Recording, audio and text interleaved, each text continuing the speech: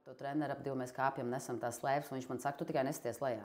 Un mēs kāpjam, un viņš atkal man saka, tikai nesties lejā. Un mēs uzkāpjam augšā, un es pielieku slēpes, un es apstos lejā, un es saprotu, ka tas ir tieši tāds 200 metru tas starts. Nu, viņš ieslēdz tās gaismas, un mēs kāpjam ar kājām, jo mēs esam tieši tā atbraukuši, atnākuši, un mums ir treniņš paredzēts pēc plāna. Un, jā, ir -3,7, bet tas jau nenozīmē, ka nenotiks tas treniņš. Mēs sakam, ja mēs rakstītu kādreiz grāmatu par savu dzīvi, ja, vai par savu treneru, tad mēs rakstītu mūsu dzīves ķēzu autors Andris Kordi.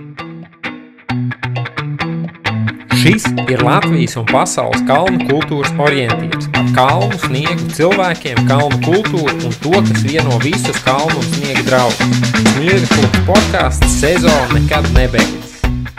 Labdien, cienījamie skatītāji un klausītāji, Sniega kluba podcasts 2. epizode. Un šodien 2. epizodē mēs tiekamies ar Jānu Zvejnieci. Labdien! Labdien! Jāna, lūdzu, 3 teikumos iepazīstiniet ar sevi. Es esmu kalnu slēpotāja un arī kalnu slēpošanas entuziaste.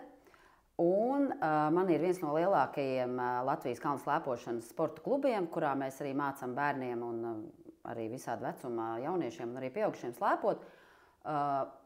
Iepazīstinam viņus ar šo izcilo un protams, skaistāko sporta veidu. Un arī kopīgos piedzīvojumos dodamies. Uz kalniem, uz lielākiem, uz mazākiem, ziemā, arī kādā vasarā. Un kopīgi iemīlam kalnu slēpošanu. Un tas arī ir tas, ko mēs darām. Labi. Man tagad ir precizējošs jautājums. Jūs teicāt, ka jūs esat kalnu slēpotāji un kalnu slēpošanas entuziaste. Ar ko atšķirās kalnu slēpotājs no kalnu slēpošanas entuziasta? Droši vien jau, ka tas tikai viens otru papildina, jo kalnu slēpotāji citreiz ir tikai tie, kas nobrauc pa to kalnu, un tā arī tā viņu kalnu slēpošana varbūt beidzās, un tur ir citi darbi, un lielāki darbi, un svarīgāki darbi. Kalnu slēpošanas entuziasts, tas, kas par to kalnu slēpošanu domā biežāk kā tikai tajā savā atvaļinājuma nedēļā, kas viņam ir reiz vai divreiz gadā pagadījusies, un tad arī tā iespēja ir aizbraukt uz kalniem un kļūt arī brīdī par to kalnu slēpošanu. Man tas ir tā, ka katru dienu, 7 dienas nedēļā, droši vien jau, kad arī tā, ka 24 stundas dienā, kalnu slēpošana man ir ne tikai prātā, ne tikai kaut kur idejās, bet arī darbā. Un tas ir arī tas mans hobijs, kas ir kļūst par darbu, un varbūt darbs par hobiju, un īsti tam pat vairāk nav tā robeža. Un tad droši vien to vienā vārdā var saukt par to entuziastu. Labi. Un tagad sāksim no paša sākuma. Tātad, kā jūs nokļuvāt šajā situācijā, ka jūs ieraudzījāt, ka ir kalni, un es arī gribu būt kalnos? Tas bija, protams, pagājušais gadsimts. Es arī biju pietiekoši maziņa. Man ģimenei bija tā kā likās, ka arī varētu būt interesanti pa to kalnu braukt jau tādā drusku sportiskākā režīmā. Vispār man nepatika. Īstenībā man nepatika, jo tur vienmēr bija problēmas ar tiem pacēlājiem, ar tiem ugeļiem, ar tiem ugeļāķiem. Un, ja arī kādā reizītē man tur, piemēram, tēvs uznes kalnā, tad es viņam vispār arī citreiz teicu, tagad nes man lejā. Un man nebija tā, ka no pirmās dienas man patika viss, kas bija saistīts ar to ugeļu padarīšanu, ar to pacēlāju, tad viņš tur gāja, tad negāja, tā trosa tur bija tāda vai šitāda. Un 10 gados es sāku trenēties pie trenera Anda Kordes, un tas droši vien arī bija tas mirklis un tas veiksmes stāsts. Tieši arī viņš kā personība, un mēs bijām ļoti daudz tādi, kas trenējās pie Anda Kordes un kas līdz šim brīdim vēl joprojām mīl kalnu slēpošanu, ir kalnos un ir tie entuziasti. Un mēs atceramies arī to Andi Kordi, tāpēc viņu es nekādā gadījumā nevaru nepieminēt šajā sakarā, jo droši vien pateicoties pirmkārt manai ģimenei, otrām kārtām trenerim Andim Kordem, es vēl joprojām esmu uz kalna, man vēl joprojām tas patīk, man vēl joprojām tas ir interesanti, man tas nav apnicis. Ļoti bieži mēs piedomājam, ko treneris tajā brīdī teica vai darīja vai domāja. Mēs esam kopā vēl joprojām visi bijušie mūsu treniņu biedri, ļoti daudz, mēs visi esam uz kalna. Mums visiem ir interesanti vēl joprojām, un mēs bieži tiekamies un pieminam mūsu treneri. Viņam vispār tagad būs tūlīt jau dzimšanas diena, atkal mēs braucam pie viņu skapiem. Un no tā brīža, no tiem 10 gadiem, arī tas ir bijis regulāri, tie bija treniņi, tās bija sacensības, tie bija dažādi izbraucieni, arī tādi līdzīgi karti varētu droši vien manā mājā pie sienas veidot. Protams, Padomju Savienība bija cits tur tā, kad lielums uz tās kartes, ja, bet Tie bija daudz dažādu piedzīvojumu. Un tajā laikā un tajā gadsimtā tas bija ļoti īpaši piedzīvot kaut ko tādu, kā aizbraukt uz tiem kalniem, slēpot. Tā nebija ikdiena. Šobrīd vienam otram liekas, es arī esmu kalnu slēpotājs. Tāpēc es tā bišķi nošķīru sākumā kalnu slēpotājs no tiem entuziastiem, vai varbūt pat vēl vajadzētu kaut kādu citu gradāciju tur piemeklēt un varbūt eksperts vai kaut kā tā. Bet pagājušā gadsimtā tā nebija norma, tā nebija ikdiena. Ļoti daudziem nebija mājās ne slēpes, ne iemaņas, ne viņi vispār kādreiz mūžā bija slēpojuši vai mēģinājuši to pašu biedīgo bugaļpacēlāju.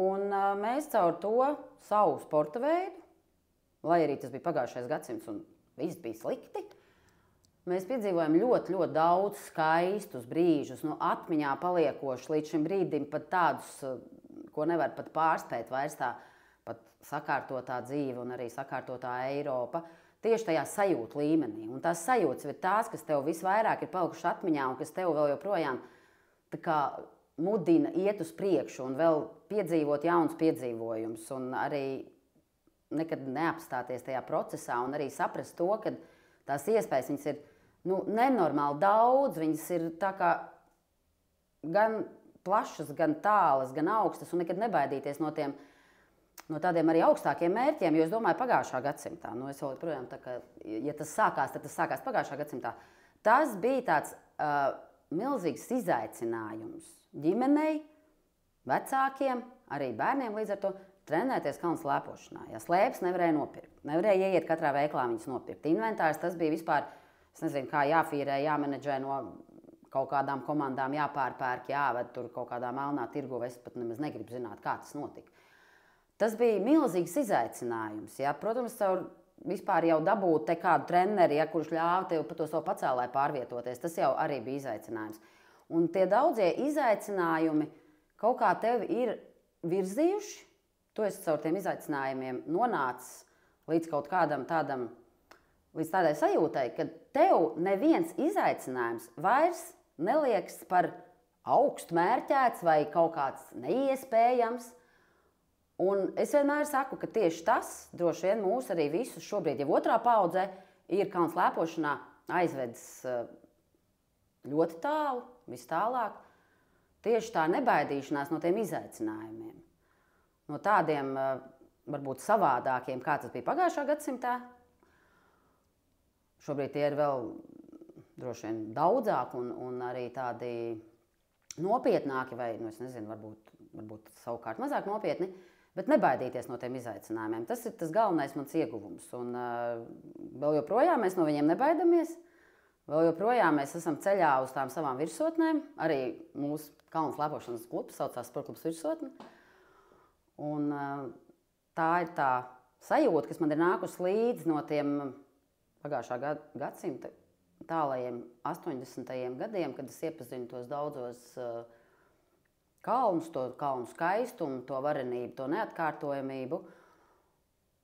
Un līdz šim brīdim tās sajūtas man ir vedušas vai dzinušas vai vilinājušas vai mudinājušas arī uz priekšu, uz tām nākamajām augstākajām virsotnēm, un mēs jau neesam apstājušies nevienā brīdī tajā savā ceļā.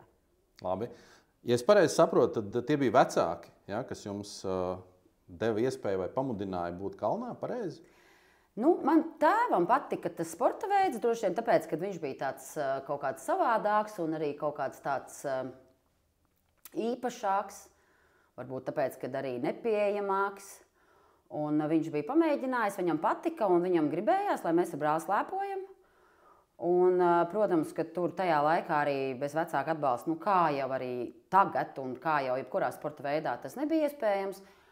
Un viņam bija interese liela, viņš brauc līdzi arī ļoti bieži uz kalniem un arī palīdzēja uz vietas, jo tur, protams, tie stāsti par to pagājušā gadsimta. Brauc līdz uz kalniem, palīdzēja, ko tieši palīdzēja? Viņš konkrēti palīdzēja ar tiem motoriem, ar tiem bugeļiem, ar tiem pacēlājiem, ja, jo tajā laikā tie pacēlāji jau nebija tā kā tagad tur tāda gondola vai tāds krēslinieks, ja, vai tāds ēnkuru pacēlājs vai kā mēs viņus saucam. Tie visi bija motori pārsvarā paštaisīti tie pacēlāji, kas arī bija jāuztaisa, bija jāsaprot, kā viņi tur uztaisīt, un tad bija jāved viņš līdzi uz to kalnu kurortu. Kurorts, tas ir skaļš vārds, ja, bet uz to vietu tajā kalnā, kur eventuāli ir tas sniegs, un tad tur viņš jāuzstāda tas motors, viņam jāpieliek tā trosa, Un tad mēs visi ar saviem bugaļāķiem arī tur smuki ķērāmies klāt un pa viņu braucām un trenējāmies. Un tāds ļoti spilgts stāsts bija 80. gados. Mūsu treneris bija izdomājis, kā vajadzētu vasarā slēpot Altai kalnos. Mēs lidojām uz Ust-Kamenogorsku, tad mēs braucām vairākas stundas līdz Ļeņinogorskai. Tas bija tāds ļoti dīvains ledājs. Viņš bija ledājs, bet principā tas bija tāds ledus pleķis tajā vienā Altai kalnu nogāzē. Pie tās pilsētiņas, kas tajā laikā saucās Ļeņinogorska, uz tā ledāja, tā kalna, kurā bija ledājs, bija atveidot arī tā Ļeņina galva. Viņa bija ar tādu baltu krāsu nopūst, lai viņa pa gabalu ir redzama. Ja jau Ļeņinogorska, tad arī tā Ļeņina galva tur bija. Un mēs pa to ledāju slēpojām. 3 vasaras pēc kārtas mūsu trenerim tiešām bija tā apņēmība, un tas ir fenomenāli. Mūsu uz turieni vest, mēs arī tajos kalnos tur pa nakti dzīvojām, teltīs gulējām uz uguns, kur mums vārīja ēst. Arī tādas pašas mammas, kas bija aizbraukušas līdzi un kas bija gatavas pieslēgties tam bērnu bariņam. Un, tie bija tādi ļoti spilgti tie mūsu vasaras piedzīvojumi, kas vēl joprojām, protams, ir atmiņā. Un tad tur man tēvs brauc līdzi ar to motoru, ko viņš pats te bija ar sev līdzīgi domājošiem domabiedriem arī rūpnīcā taisījuši. Viņi veda to motoru uz Altaju. Uz Altaju ar lidmašīnu. Lielie puiši tur pārnēsāja viņu kaut kā pa visiem, jo tas jau svēres, pat negribu zināt cik. Un augšā mūs tur veda ar kaut kādām smagām mašīnām, visas tās mantas uz tiem kalniem. Un tad tur lika to motoru, tad tur vilka to trosi, un tad mēs tur slēpojām tās. Ja es pareizi saprotu, tad pacēlājs tur nebija. Jūs paši atvedāt pacēlāju, noslēpojāt visu nometni un braucāt ar visu pacēlāju atpakaļ? Jā. To pacēlāju mēs varbūt, ka tur atstājām no vasaras uz vasaru. Varbūt, ka tur tajos nākamajās vasarās veda līdz kaut kādas tikai detaļas, jo viņš jau arī, kā jau jebkurš motors, viņš jau tad strādāja, tad nestrādāja, tad viņam vajadzēja kaut kādu tur update vai kaut ko tādu. Tā kā bija arī tie, kaut kādi uzlabojumi, kas tika veikti pēc tam varbūt vairs 2. gadā nevedā motoru. Tagad tik precīzi neatceros, man tur bija 11 gadi, 12 gadi, 13 gadi tajās vasarās. Un, tie bija tādi spilgti stāsti, kā tieši vecāki varēja iesaistīties. Ja? Un es nezinu, ja viņi nebūtu iesaistījušies, kā tur tālāk būtu noticis. Tās mammas arī brauc līdzi citiem bērniem par tām ēstvārītājām, par tām uz ugunskura zupu vārītājām. Un to mēs arī vēl joprojām atceramies tagad jau caur savu pieaugušā cilvēku tādu skatu. Kā tas bija, cik tas bija liels izaicinājums vai mazs izaicinājums arī tām mammām. Jo tie bērni jau nebija tādi lieli, tādi patsmitnieki. Un tomēr tā ēst taisīšana nav mazsvarīga. Dzīvot kalnos, gulēt teltīs, iet uz kalnu, kur ir pašiem savus motors aizvest, slēpot, to jau nevar arī, ja tu esi nepēdis. Ja? Bet ūdens jau tur bija tikai no kalna strauta un protams, kad tādas visādas peripētīs, kas arī jāņem vērā, un tā kā arī tā mamā visām cepur nost. Un tagad, ja es pati tā padomāju, es tagad esmu treneri, un arī bērnu mamma, mēs arī ejam cauri visādiem izaicinājumiem, bet man liekas, mēs neesam vēl nonākuši tik tālu, ka mēs varētu ieplānot nometni bērniem vasarā, tās 4 vai 5 nedēļas teltīs uz ūdens vārot, uz ugunskura vārot pusdienas. Es nezinu, man vēl laikam drusku kā trenerei ir jāizaug, lai es varētu kaut kādu tādu izaicinājumu sev pieņemt. Ja? Tā kā, nav viss, nav tā, ka tajā laikā viss bija tikai slikti vai melnās krāsās. Ja? Bija arī tādas ļoti interesantas lietas, kas notika, un protams, tās personības noteikti ir arī mūs visus veidojušas, ja? Caur tādiem viņu nospraustiem mums kaut kādiem arī mērķiem, vai tie bija varbūt viņu pašu mērķi, ja tie mūsu treneri, protams, viss bija unikāli, un kā mēs tagad sakam, ja mēs rakstītu kādreiz grāmatu par savu dzīvi, ja, vai par savu treneri, tad mēs rakstītu mūsu dzīves ķēzu autors Andis Kordi, ja, jo ļoti bieži es pieminu viņu, un mēs visi viņa treniņu biedri tiekamies, mums ir interesanti, mēs atceramies to pašu šo manu stāstu par to Ļeņinogorsku, ja, kurš parasti sākās pirmajā dienā ar to, ka lielie puiši ar treneri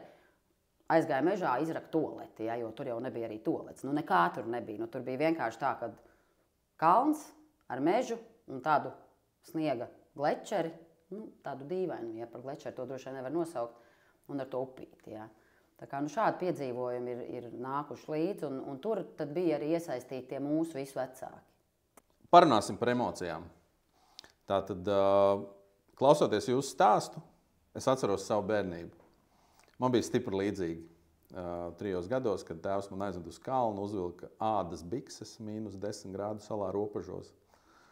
Un teica, tagad jābrauc. Kādas jums bija pirmās pozitīvās emocijas, kad jūs sajūtāt, hei, man tas kalns tomēr patīk par spīti tam, kā ir bijis sākumā? Vai jūs atceraties kaut ko spilgtu no tā pirmā atklāsmes brīža, ka tas ir kaut kas īpašs, ka es tagad gribu to darīt par spīti visiem motoriem, zupām un visam pārējiem? Es domāju, ka tās pirmās emocijas, tās ļoti, ļoti spilgtās un tās, kas arī mudināja turpināt to darīt, arī bija tieši tajos kalnos, tieši tajā Altajā, jo tā man arī bija tāda pirmā tik ļoti liela kalnu pieredze.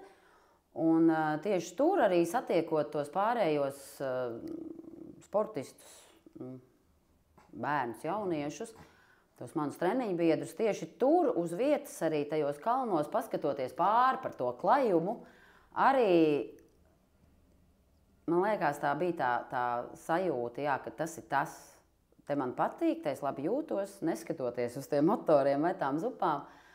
Un tie bija, jā, ļoti svarīgi, man liekas, tie pirmie gadi tiešām tādā būt tieši tajā kalnā kopā ar tiem entuziastiem. Jo, gan tas treneris, gan jebkurš no tiem vecākiem, kas tur brauc līdz, to nevarēja darīt, ja viņiem nebūtu bijusi tā dzinējspēka, ja tā entuziasma. Un droši vien, ka tās arī ir tās emocijas, kas ir līdz šim brīdim dzīves un spilgtas un neaizmirstams. Un tāpēc arī es esmu vēl joprojām uz tā kalna. Kas bija, jūsuprāt, tas spēks? Labi, viens ir entuziasms, ir treneris, harizmātisks, kā es saprotu. Kas bija tas, kas neļāva padoties? Jo tas, ko jūs stāstījāt, ja, par to visu pieredzi, piemēram, tajā Altajā, kurš katrs to nevarētu? Daudz pacelt ķepiņas un teikt, nē, tas nav priekš manis. Kas bija tas īpašais, kas saturēja kopā? Es domāju, ka tie bija tie cilvēki vienkārši. Tur nebija varianti, ka tajā vietā tu vari aizbraukt, ja tev tas neinteresē nemaz. Un gan, kā jau es saku, gan tie treneri, gan tie vecāki, un tie visi tie sportisti, kas tur bija, viņi viens otru, man liekas, tā kā ieinteresēja vairāk nekā vienkārši skolas biedri vai klases biedri. Un viņus visus satuvināja tās emocijas tur tajos kalnos tieši caur tām, arī varbūt caur grūtībām vai caur kaut kādām tām īpašajām, atkal skaistajām tām kalnu ainavām vai kaut kādiem piedzīvojumiem, jo piedzīvojumu tur bija daudz. Par to mēs varbūt tā, ka nemaz pat visu te nevaram izstāstīt, jo tur jau bija arī vēl tā ļoti neskartā daba un ar reāliem lāčiem, kas tur arī reāli dzīvoja. Un tas viss arī mums tur tā, ka bija gan piedzīvots, gan arī redzēts un dzirdēts. Un tie piedzīvojumi un tās sajūtas arī motivēja tajā brīdī turpināt, iet uz augšu. Un tas kalnu slēpošanas sporta veids, viņš jau skaists varbūt un tāds ļoti, sporta veids skatāms ir tajā sacensībā, tajā braukšanā pa trasi, tajā rezultātā, tajā 1., 2., 3., kas ir viens aspekts tam sporta veidam. Bet, kā es jau vienmēr saku, ka tam sporta veidam nav tikai tā tumbačka, ja tas rezultāts vai tas pjedestāls, bet tam sporta veidam ir milzīgi pievienotā vērtība, kas vienmēr ir tas skats, tā ainava, ja? Tas, ka tu esi virsotnē virs klajuma, tas, ka tu izbaudi arī tos gada laikus, un ka tu viņus redzi daudz spilgtāk, daudz koncentrētāk, daudz intensīvāk nekā būdams tajā klajumā. Un tās manā laikā man ļoti miedarbojās abas tās šautnes, gan tas sportiskais sacensību rezultāts, iešana uz to rezultātu, tā ļoti tāda arī mērķtiecīga tā treniņa darbība tajā ziņā, jo, protams, kā agri vai vēl, tur bija arī kaut kādas tās Latvijas izlases un bija arī visādas sacensības un ļoti daudz sacensības un interesantas sacensības un tādas izaicinošas sacensību pieredzes un arī tādas ļoti īpašas sacensību pieredzes.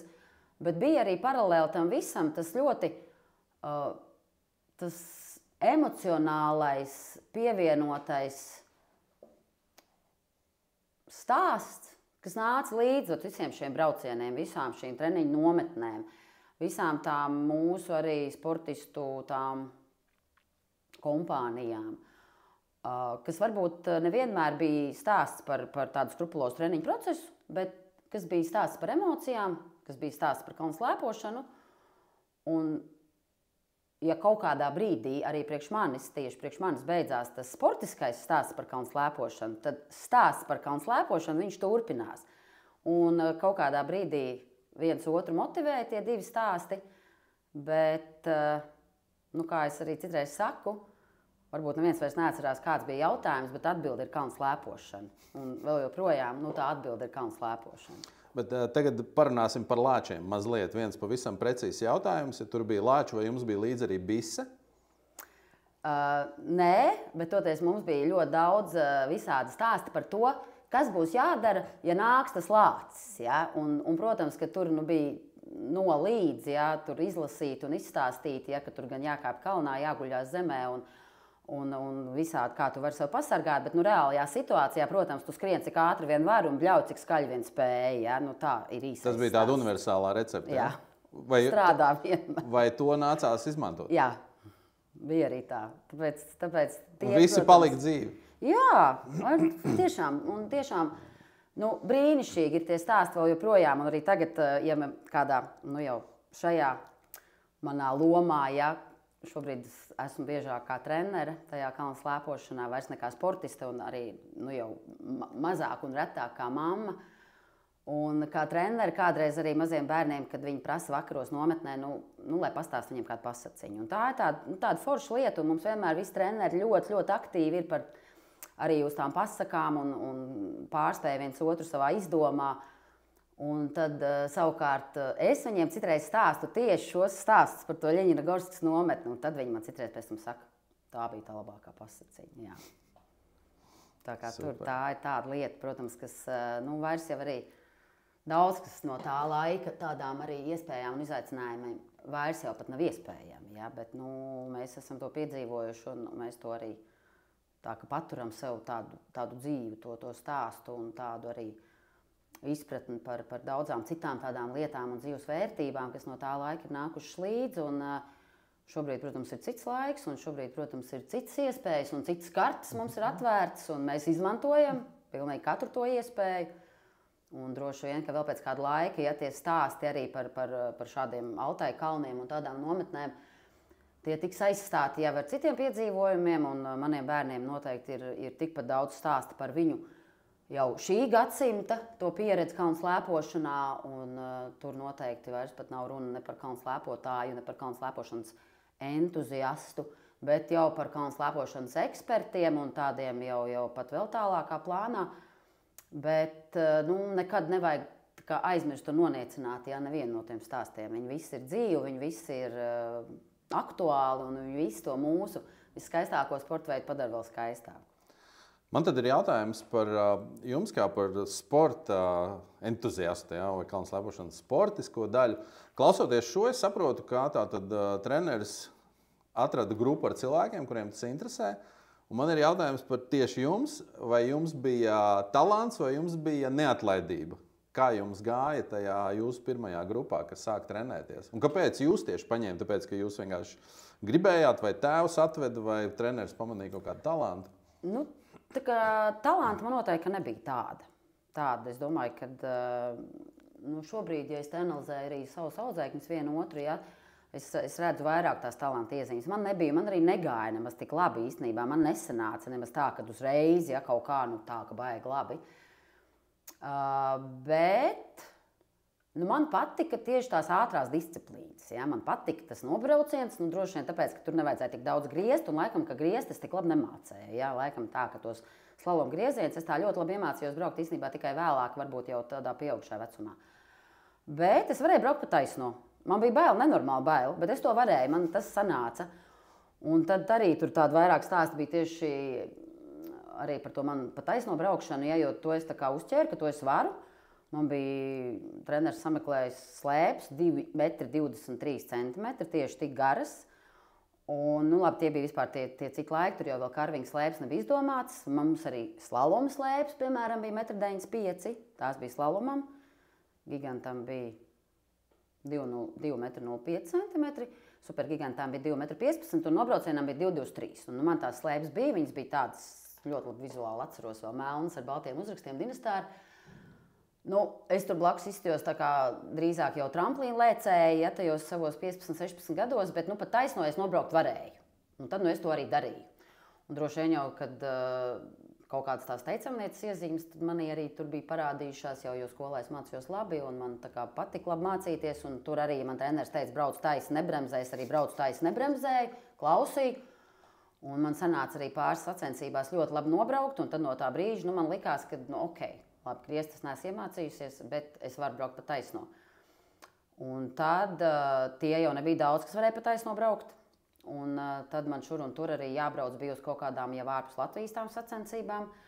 Un tur, protams, tās trases bija vēl garāks un vēl taisnāks un vēl ātrāks. Un tad nu, no tādām savām sportiskajām tieši atmiņām es atceros to drausmīgo pārdzīvojumu, kad es vispār visu to savu dzīvi tajā brīdī tā ļoti bija salks pa plauktiņiem līdz tam nobraucienam un pēc. Un dzīvojot līdz tam nobraucienam, es nevarēju aizmirst to, kad man būs jābrauc tas nobrauciens. Nu, tur es nezinu, Almatā, piemēram, vai Dušanbē, vai kaut kādā vēl citā tādā lielā trasē. Un es visu laiku tā kā piedomāju par to. Katru dienu es piedomāju, bet man būs jābrauc tas nobrauciens pēc 2 nedēļām. Man būs jābrauc tas nobrauciens pēc 10 dienām. Un ja man bija kaut kas cits tajā brīdī aktuāls, par ko man vispār vajadzētu domāt, es to biju atlikusi pēc. Un es tā kā spilgti atceros, jā, kad es vienmēr piedomāju, tas būs pēc tā nobrauciena. Par to es domāšu pēc tā nobrauciena.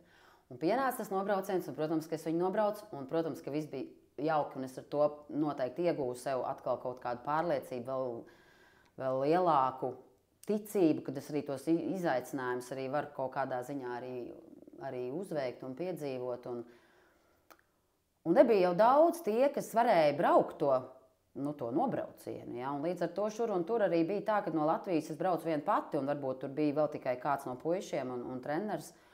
Un otrā, tajā Padomju Savienības tajā galā, ja tur atkal bija citas tās meitenes no citām valstīm, un tā arī bija tāda milzīga dzīves skola, ja tur būtam vienīgajam no savas valstam pārstāvim. Un tomēr kaut kādā veidā arī atrast to kontaktu, uzturēt arī tā brīža aktuālās saites ar tām citu republiku, ne jau valstu, šobrīd tās ir valsts, tajā brīdī tās bija republikas, sportistēm, un tas arī bija tāds izaicinājums zināms, bet tā bija arī tāda milzīga dzīves skola, personības skola, tāda ļoti interesanta pieredze, ko nekādā gadījumā jau skolā tu nevar iemācīties, ja vispār tāda veida pieredzes, viņas jau matemātikā nemāca, latviešu valodā nemāca, par naudu arī nevar nopirkt, ja. Un tā arī bija tāda interesanta lieta, kas nāca komplektā tam sportiskajam, tam jau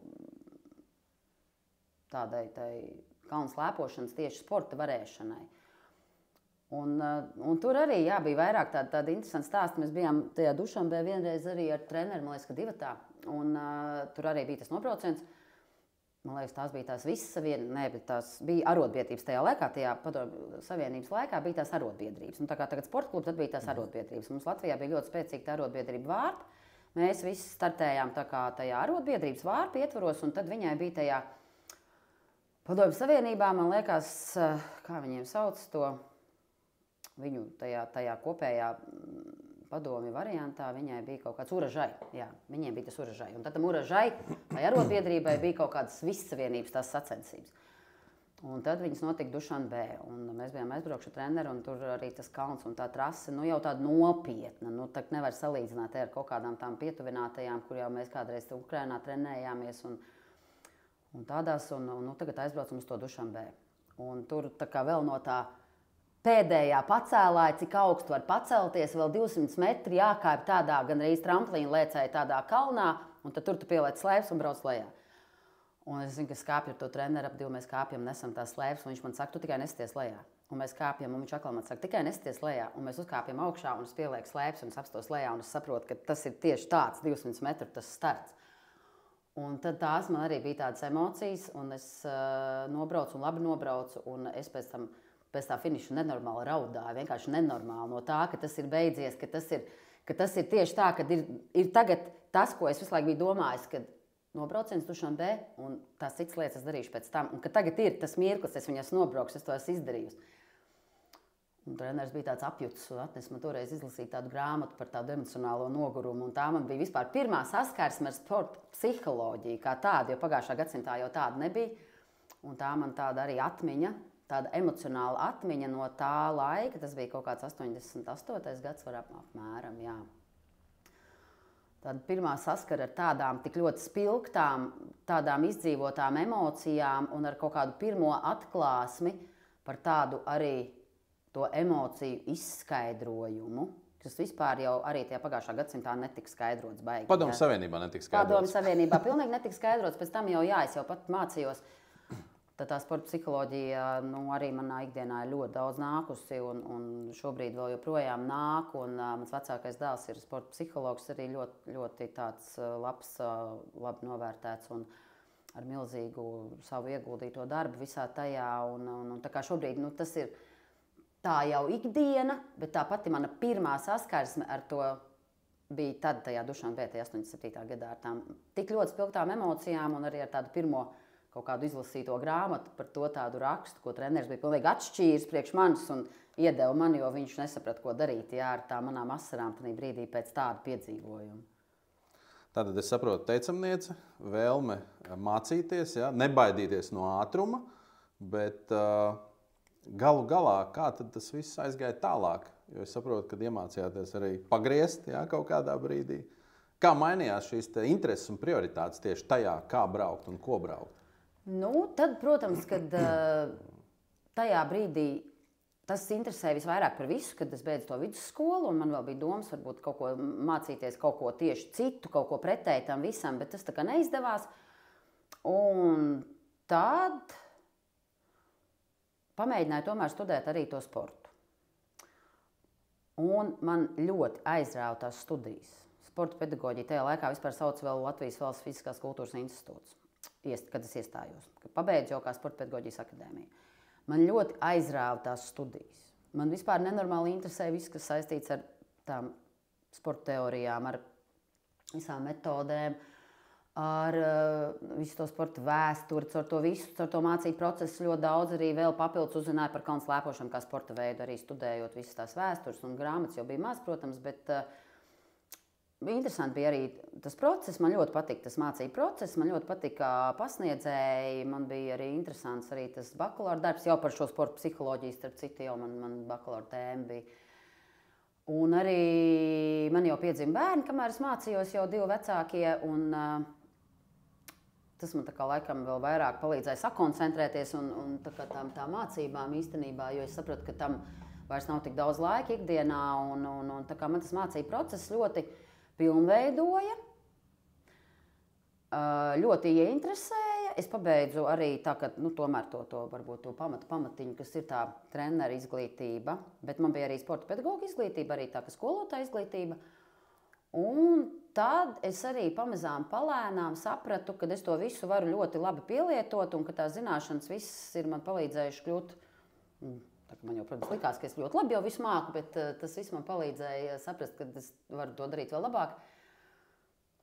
Un tad pirmais, protams, no audzēknis bija mans dēls vecākais. Un tas man atkal, protams, bija nākamā līmeņa tāds gan izaicinājums, gan arī gandarījums, kad viņam ļoti tā kā sanāca labi, viņam patika labi. Un viņam arī bija tie pirmie panākumi tādi jau uzskatāmie, kas, protams, kad man jau gan kā mammu, gan arī es sapratu, ka es jau šajā brīdī arī kā treneri varu to darīt. Mani ļoti mudināja tā kā arī neaiziet tālu prom no tās kalnu slēpošanas, jo ļoti daudz man bijušie treniņu biedri, tad, kad beidz to savu pamata sportista karjeru, izmācījās augstskolā, tad attālinājās no kalnu slēpošanas un atgriezās pie viņas kaut kad pēc tam, jau varbūt arī citā ampluā vai jau ar kaut kādu citu savu dzīves pieredzi, bet es tā kā paliku turpat, jo Kristaps bija maziņš un Mikam arī patika kalnu slēpošana un tā es arī ar viņiem abiem neaizgāju nekur tālu prom no kalnu slēpošanas, paliku tur uz tā kalna, kaut arī es nestrādāju sākumā par treneru, strādāju skolā par skolotāju. Tas arī man ļoti patika īstenībā. Un biju daudz brīvo laiku pavadīju uz kalnu kopā ar saviem puikām un arī pēc tam jau ar viņu kādiem vienaudžiem un viņu dombiedriem.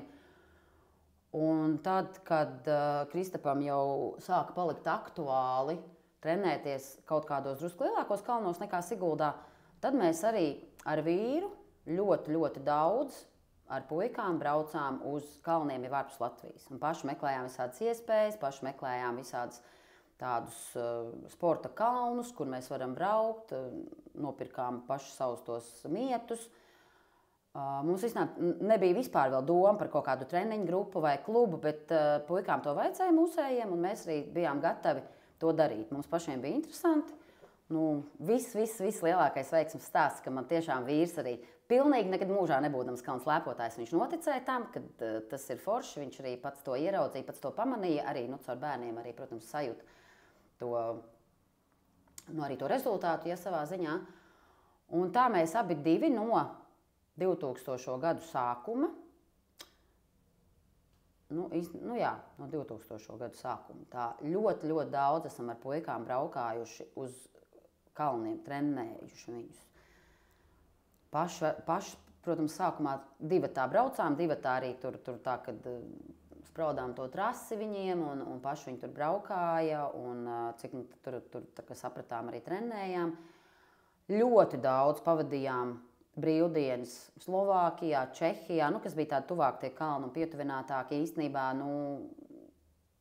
Man arī vecākais dēls saprot gan slovāku, gan čehu valodu, jo mēs tik daudz tur bijām, kad man vīrs vispār diezgan labi māk gan slovākiski, gan čehiski. Jā, es tur tā, ka vienmēr arī biju diezgan priecīga, ka viņš to vienmēr aiziet un sarunā, un arī vecākais dēls man diezgan labi ir tās valodas apgūst. Tur mēs tieši tik daudz bijām tajos kalnos, un tas bija tas pirmais veids, kā mēs varam saviem piedāvāt drusku garāks trases, drusku nopietnākus treniņu apstākļus. Līdz ar to ir iespēja konkurēt jau ar tādiem citu valstu sportistiem, un tajās jau U12, U14, U16 tajās grupās jau man bērni arī tajā vidē jau kļuva diezgan konkrēti spējīgi sportisti. Tādās Slovākijas, Čehijas sacensībās, Polijas sacensībās, viņi cīnījās par pirmām vietām, viņus arī tur pazina un atpazina, un vēl joprojām arī atpazīst, un vēl joprojām arī tie treneri kādreiz, kad mēs viņus satiekam kaut kur atcerās, kā mēs paši ņēmāmies ar Kristapu un Miku un arī dēlu pēc tam jau pa tiem Slovākijas, Čehijas, Polijas kalniem. Un tādā veidā es arī tā, ka biju tik tuvu tai kalnu slēpošanai, ka 2011. gadā mēs arī visi kopā ar ģimeni, ar vīru, ar bērniem vecākajiem izlēmām nodibināt pašu savu sporta klubu, Sporta klubs Virsotne. Un no 11. gada mēs jau darbojamies tādā jau, es negribu teikt, ka profesionālākā līmenī, jo tā profesionalitāte bija arī tajā brīdī.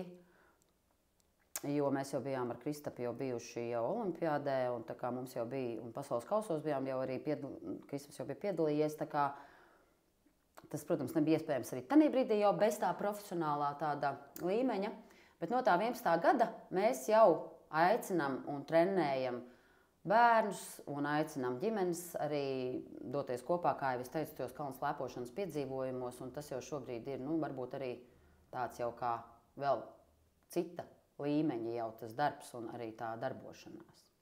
Jā, jautājums par bērniem. Par bērniem tādā izpratnē, ka jūs stāstījāt, ka jūs bērni bija uz kalna. Kā viņiem tas nācās, salīdzinot ar to, kā jums tas nācās? Vai viņi to visu uztvēra dabiski, vai viss aizgāja viegli, vai viņi jau tā kā bija dzimuši, kā es varētu pieņemt ar šo te kalnu slēpošanu asinīs? To jau droši vien, ka viņi paši vislabāk māk pastāstīt, un arī tā kā parasti tas ir tas jautājums, ko viņiem arī jautāja. Arī, vai tev bija vispār izvēle? Un tad katrs jau no viņiem kaut kādā brīdī, protams, arī mazliet koķetējot, saka, nē, man īsti nebija izvēle, jo man aizved uz to kalnu, man pielika tās slēpes, un es braucu, un es varbūt tā kā nebiju pats izteicis to vēlēšanos. Un droši vien jau, ka tā arī bija, jo Kristaps sāk slēpot, viņam vēl nebija 3 gadi, Mikam bija tie kaut kādi jau 3,5 un 4, un Dāvim varbūt bija bišķiņi ilgāk tā kā iespēja neslēpot, bet viņš arī jau pie kalna ar tādiem maziem slalom zābciņiem staigāja tajos 3-4 gados. Un, nu, tā pilnīgi godīgi man atzīstoties ir jāsaka, ka, protams, ka tā bija mana tā izvēle, un tā bija tā mana ideja, un tā mana vēlme viņiem iemācīt to kalnu slēpošanu un ierādīt arī tās iespējas, kādas caur to kalnu slēpošanu ir nākušas.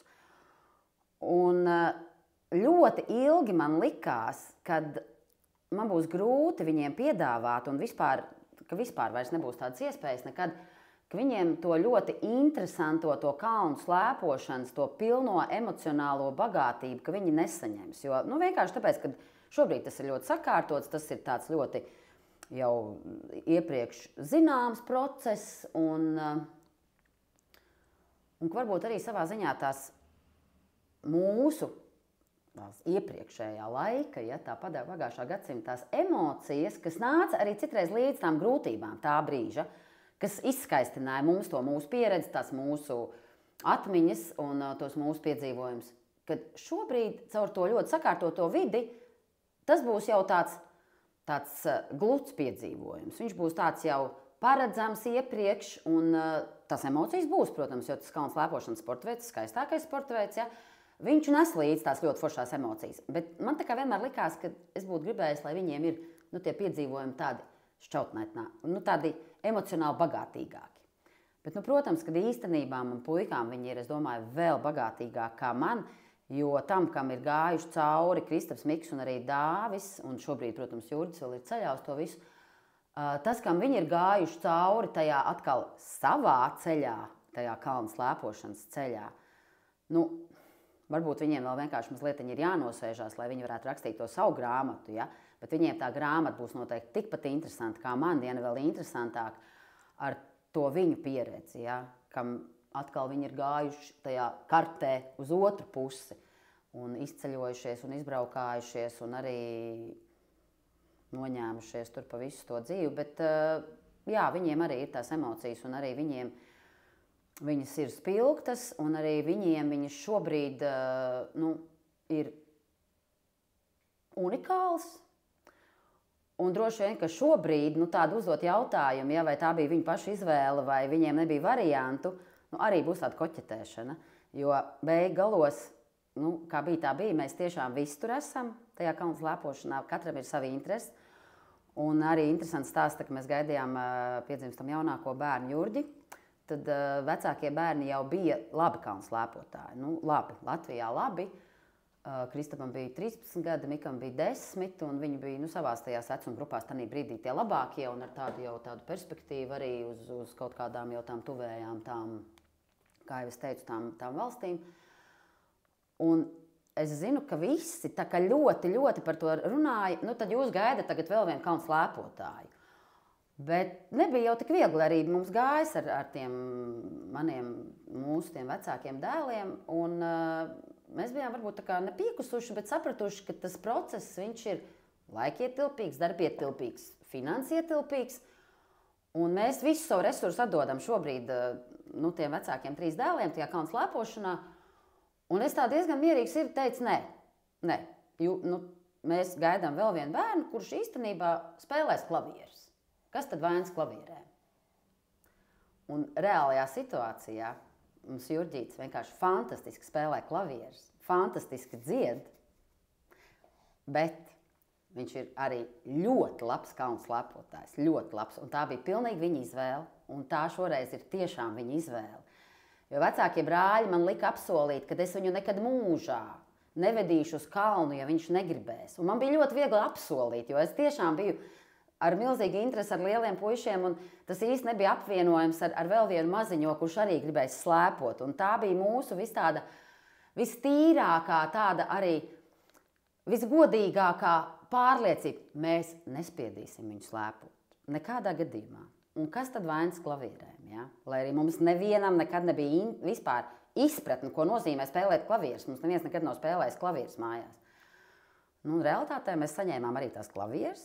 Jā, arī to mūzikas skolu 8 gadu garumā pabeigtu, arī ļoti daudz dziedāšanas koncertus vēl līdz šim brīdim, un ļoti labus tādus dziedāšanas koncertus, un ļoti interesantu pieredzi šajā dziedāšanā arī.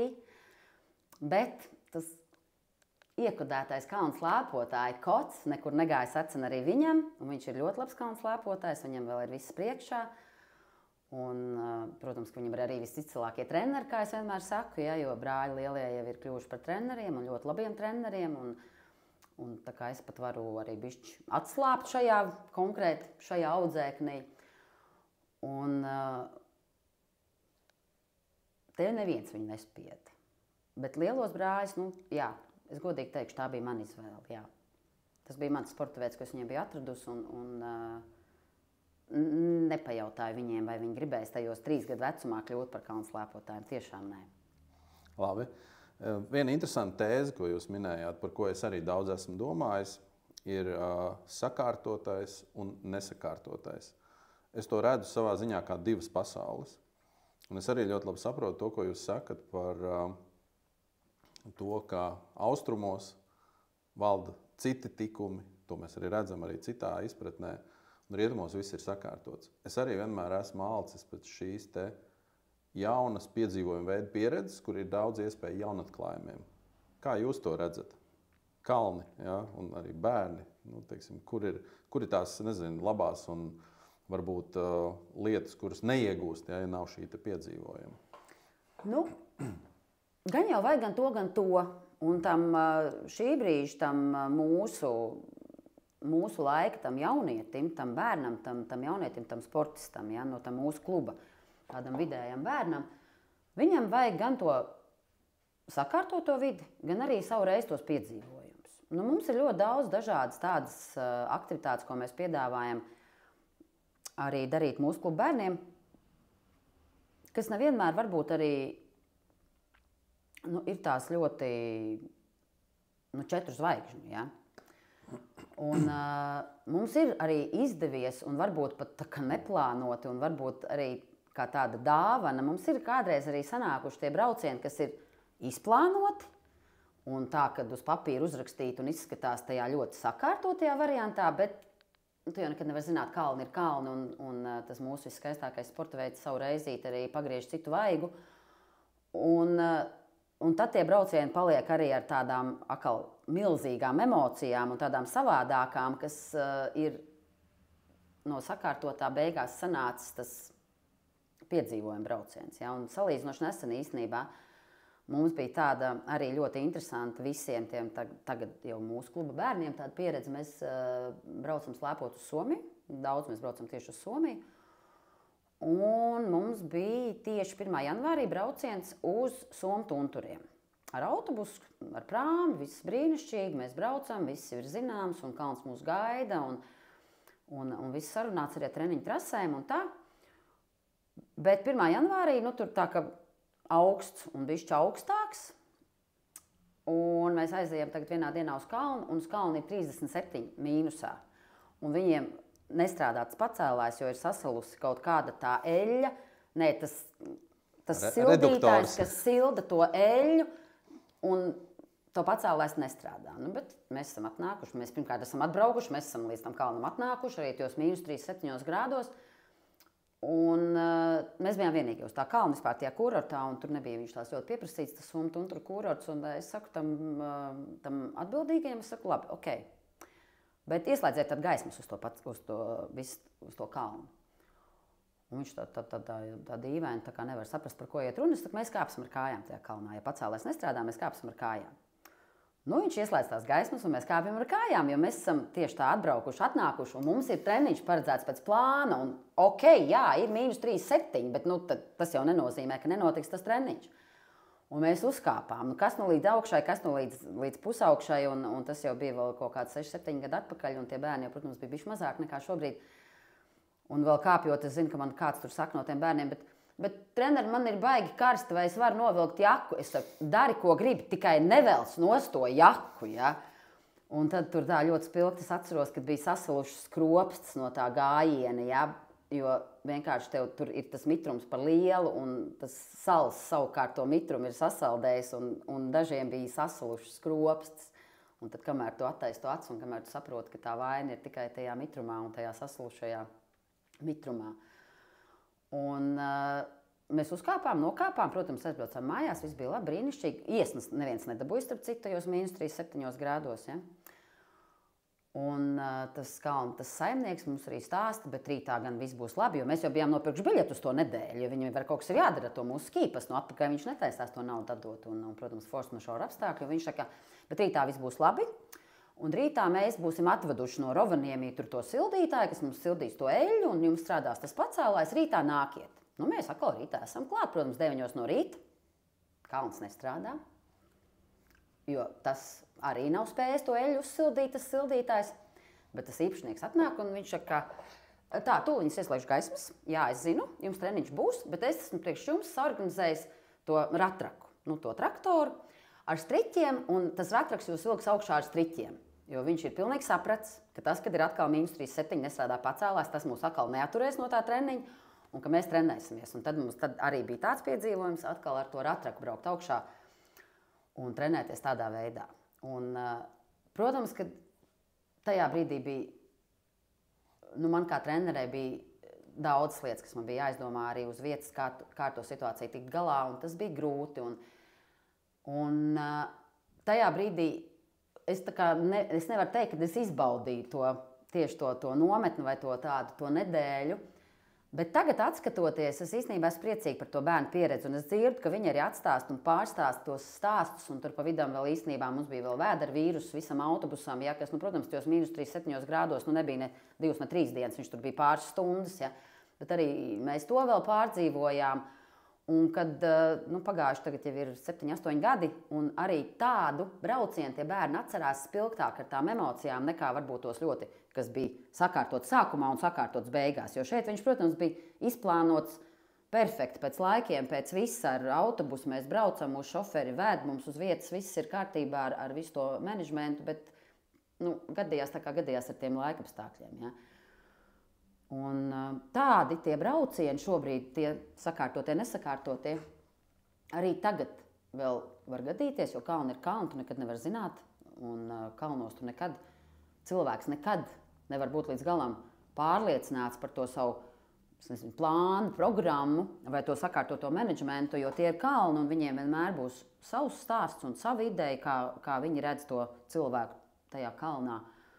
Un mums ir vēl līdz šim vairāki arī tādi tie braucieni ar piedzīvojumiem, kas tajā brīdī uz vietas tu kā treneris risina, domā, kaut šitā nebūtu sanācis, bet pēc tam atskatoties, tas ir izaicinājums, tas ir piedzīvojums, tās ir emocijas, kas varbūt īstenībā arī vēl kādu no tiem šī brīža mūsu audzēkņiem motivēs tajā kalnu slēpošanā palikt ilgāk un palikt kaut kā savādāk.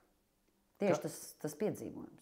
Kā ar vecākiem, vai viņi pēc tam necenšas diskutēt ar jums par pieņemtiem lēmumiem? 37 grādos kāpt augšā kalnā. Kāpēc es to jautāju? Jo es redzu, kā mainās izpratne par bērnu audzināšanu, kā mainās izpratne par vērtību iemiesošanu.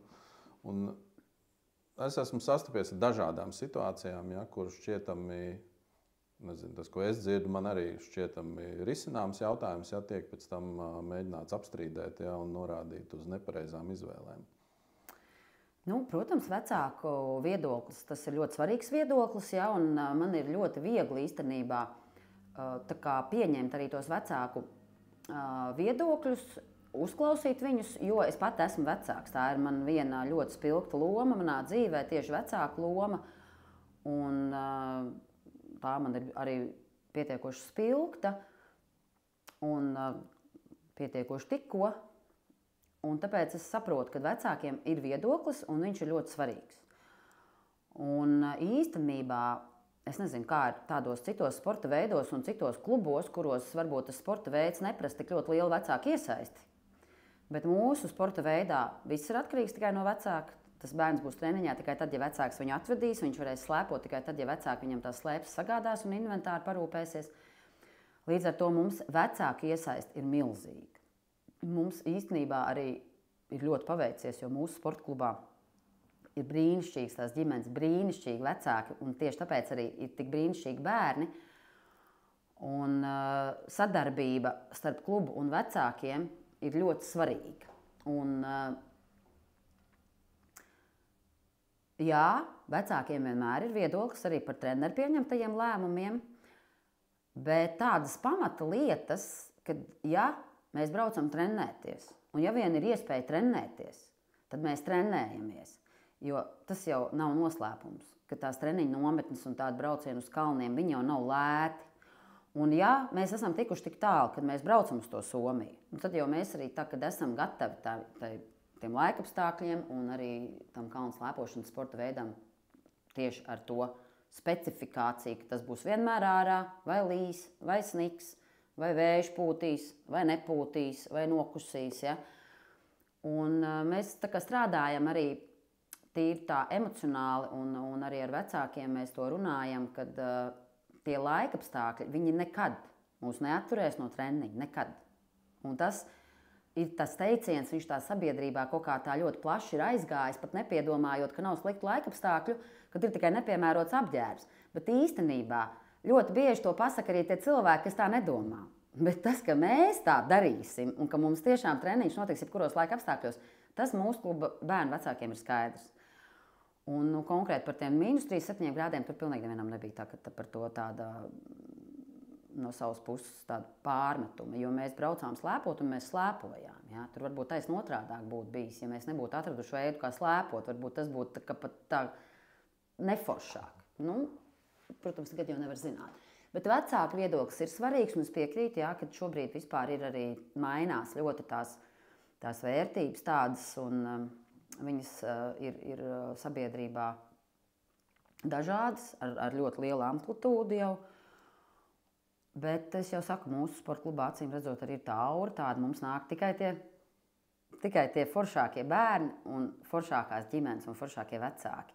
Un tas ļoti pierādījās arī tagad tajā Covid laikā, tik nesenajā vēl, kad ļoti daudz ko nevarēja darīt, bet bija kaut kas, ko varēja darīt, un ārā sportot drīkstēja. Ja? Un arī tos 2 metrus ievērojot, mēs to darījām. Un kalnu slēpošana bija viens no tiem sporta veidiem, kas bija atļauts un arī kas tika piekopts plaši. Un mums arī līdz ar to treniņu notika visu laiku, un savukārt mūsu izcilo bērnu vecāki, kas arī viņus atveda tajā laikā, daudz pavadīja tādās sportiskās aktivitātēs paši. Nu, tur gāja staigāt un pārgājienus organizēja. Un tas parādīja to, ka arī tādā sentimentālā tādā vispār situācijā, tādā sensitīvā, ja precīzāk sakot, tajā Covid laikā, cilvēki vienojās tādās kopīgās darbībās ar vienādi domājošiem, ar līdzīgi domājošiem, man jāsaka, pozitīvi domājošiem cilvēkiem. Un mēs īstenībā ļoti iedvesmojāmies tajā laikā no mūsu kluba bērnu vecākiem. Tieši no tā, kā viņi arī spēja to laiku visu tā pārdzīvot, katrs savā darbā, katrs speciālists, katrs aizņemts. Un cik ļoti izkristalizējās arī tā viņu vērtība, kad ārā aktivitāte, bērnu sportošana, viņi ir svarīgi, jebkurā situācijā, jebkurā laikā jāatrod veidi, kā mēs to varam darīt un kā mēs paši tikmēr varam pavadīt to laiku arī liederīgi. Un tas jau bija nesen, tāpēc tas man tagad vēl joprojām liekas, kad ir veido mūsu kluba to vecāku kodolu. Tie ir forši interesanti cilvēki. Un, protams, mums ir ļoti bieži pārunas arī par kaut kādām tādām treniņu tēmām un treniņu tādiem kaut kādiem notikumiem, bet man nav tādi pārdzīvojumi vai kaut kādi pārmetumi par tām manām izvēlēm tajā manā darbā, tajā nometnē vai tajā treniņā. Vēl viens svarīgs jautājums, par ko īstenībā runāts tiek diezgan maz, bet kalnu drošība. Mēs atceramies pagājušo gadsimtu, drošība droši vien nebija numur 1 tēma sarakstā. Laiki ir mainījušies, daudz kas ir mainījies, un man ir jautājums jums, kurā brīdī jūs sapratāt, ka drošība ir būtiska un kad jūs par to sākāt domāt? Tieši tā pagājušā gadsimtā tas vispār bija dīvaini. Mums jau pat nebija ķiveres obligātas. Ja? Mēs īstenībā visu tos Krievijas kalnus, to pašu Altaju izbraukājām bez ķiverēm.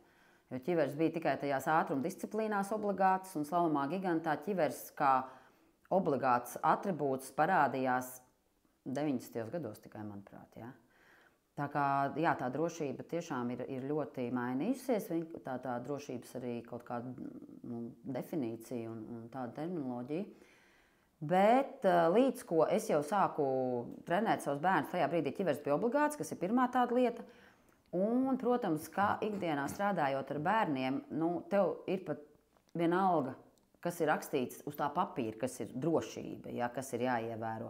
Tu jau pats to redzi, to pārredzi, tu pats vari to papīru rakstīt, kas ir svarīgi, lai bērni ievēro to drošību. Un šobrīd uz kalna ir ļoti reglamentēts, jau tomēr arī ir tās trases ir iezīmētas, viņas ir jau pārliecināts par tādu arī par visiem tiem segumiem, jo mums tie treniņi, protams, viņi notiek tajās trasēs. Mēs nebraucam tajās off-pistēs saucamajās, ja. Varbūt kādreiz, ja tas ir pilnīgi ar kaut kādu jau tādu arī drošu kaut kādu zīmogu, tad mēs Somijā izvēlamies kādreiz ārpus trasēm pabraukt, kas ir pārredzams, kas ir salīdzinoši pieejams un kas tiešām jau ir drošs. Droši vien grūtāk ir to drošību ievērot, jau tajos lielajos Eiropas kalnos, par tādām ārpus trasēm runājot.